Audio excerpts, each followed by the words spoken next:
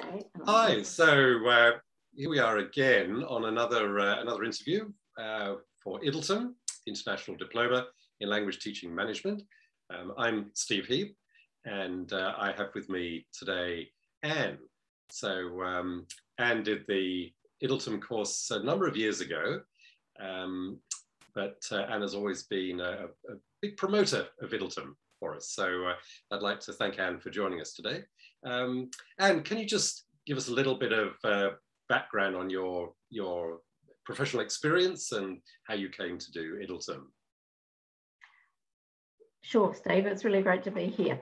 I went through the normal procedure, process that a lot of people did going through teaching, almost fell into academic management by accident.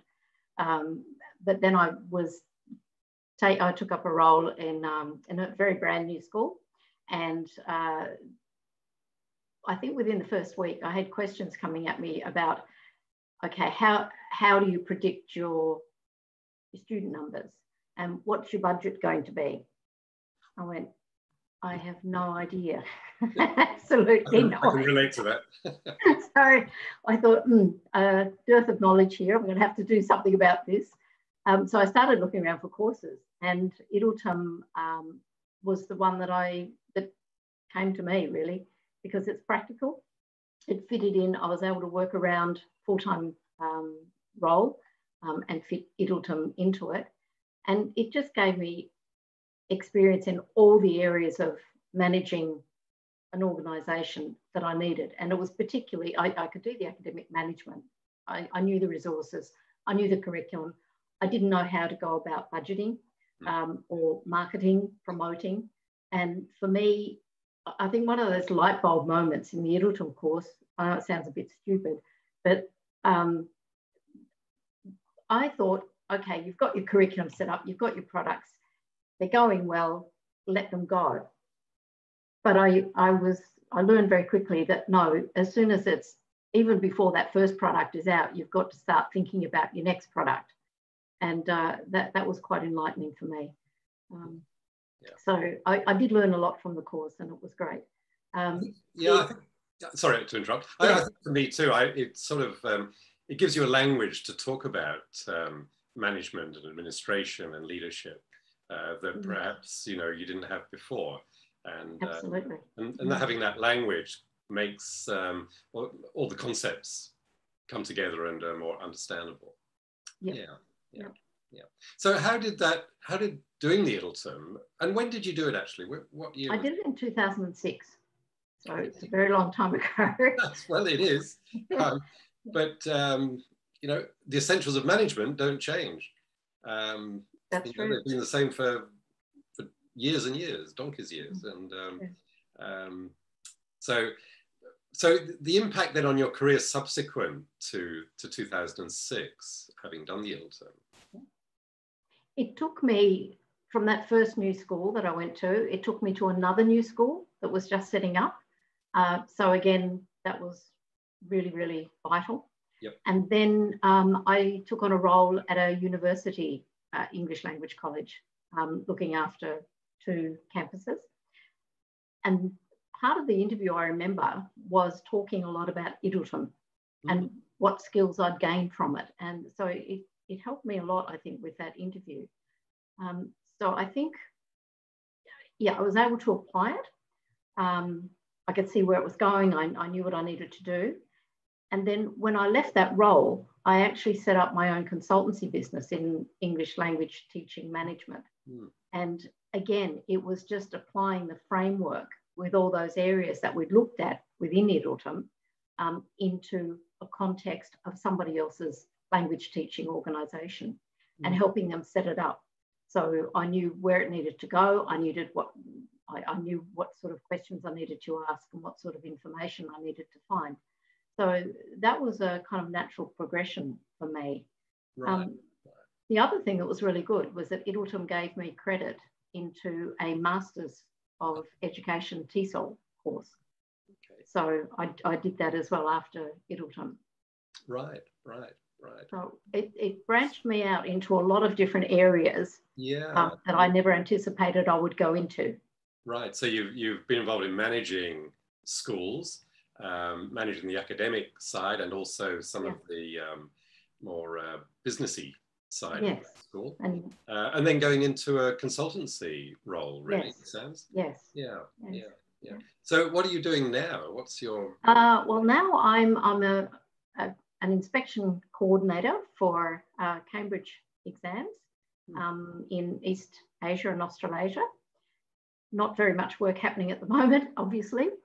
But the other thing that I'm doing now is that I'm co-authoring a book. It's for occupational English test preparation. I co-authored the first one, was one of those very interesting books called Grammar. So we worked on that together, and it's actually been very successful. Right. There was just a big gap in the market, so we did that one together 3 years ago, and we're almost ready to publish the second one. So looking at skills. So the OET is still going strong then? Not in Australia. It is based in Australia, but the uptake of it is not so much in Australia anymore, but certainly around the world, it's just absolutely blossomed. Right. Well, that's the Philippines, India. Yeah. Oh, that's the great thing about the internet, and how since 2006, when you did the IDLTM, how things have changed so much. Exactly. And so now the IDLTM, we're able to offer purely online. And I was looking back at some notes, and from very early days of IDLTM, and there was a request from someone in Argentina who said, I can't get over to Australia. Can I do the whole course online? And at that point, we didn't have the facility for that. We used Blackboard, of course, but it wasn't in our plan to run the whole course online.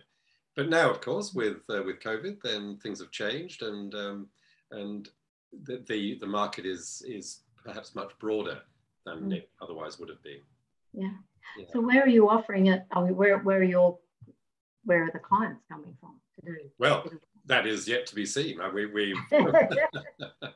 I think certainly Andy Hockley, of course, who has been very prominent in IDLTM since its inception, as I have too. But Andy is as a consultant in management for ESL, has a lot of contacts, and certainly in the Middle East, in Europe.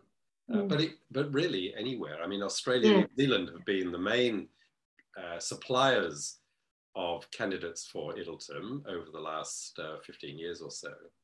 The last 20 years, really. But now I think we can broaden it, and we'll see what happens. So we're hoping to get it off the ground early next year. Fantastic. Purely online. When I say early, within the first 6 months or so. That's early. well, yeah, we're still working on that, and we'll see how things go. Yeah. Do you have any particular memories? I know it's a long time ago, but any particular memories of your course? A few.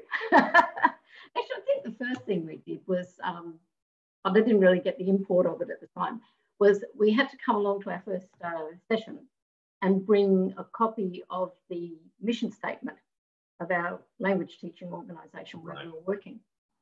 So we duly turned up with this thing. And then our trainer was Ron White. And he sat down with us and said, okay, so what does it say? Any ideas? It took a lot of prodding and then checking back of what it actually said. And it was very clever guidance and questioning that Ron did to get us to really read it and to understand that it's not just a piece of paper on a wall, it's actually a reflection of what your organisation is and does. Yeah. So it was very clever. And I do remember that, because when I finished the course, I went back to where I was working and had a proper look at the mission statement. Well, yeah, I mean, as a trainer myself on IDLTM, I've certainly have had, I've gained a lot from Ron's input into IDLTM from those early days. Yeah. Yeah. Okay. Well, that's great, Anne. So just finally, don't want to prolong this this chat, but would you, from your recollection of IDLTM, and in your day, of course, there was 1 week face to face, but with it all being online, it will be somewhat different. The face to face will be through Zoom, probably, and so it will be run slightly differently. Yeah. But nevertheless, the course content will be much the same, but with variation, obviously, in activities and in examples and so on, and updated. But would you recommend IDLTM to people who are in ESL or in the education field, who are looking for some way of enhancing their own skills in management and leadership? Yeah, absolutely. I think it's for anybody who's been in teaching for a long time and is starting to go through some kind of transition into leadership positions, you know, you just don't have enough, generally you don't have enough skill. You haven't got the experience to be able to do it really, really well. And I think that's where IDLTM steps in there. It just guides you through. It gives you an opportunity to research the various areas of administration, marketing, finance, so on, and to ask questions. There's always support from the lecturers in IDLTM. And I'm sure that that's going to be exactly the same, whether it's face-to-face or whether it's on Zoom. But also you gain a lot of confidence and knowledge from your cohort, because everybody's teaching in a different environment.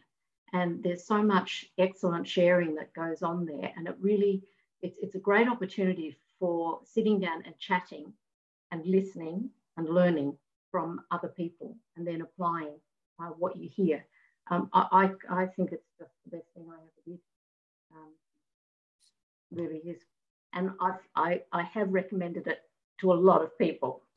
They've all said the same. You know, yeah, thanks, Anne. Well, I mean, it has been successful since its inception in 2020, and this is, of course, the 20th year anniversary of the first course. Yeah. So that's great.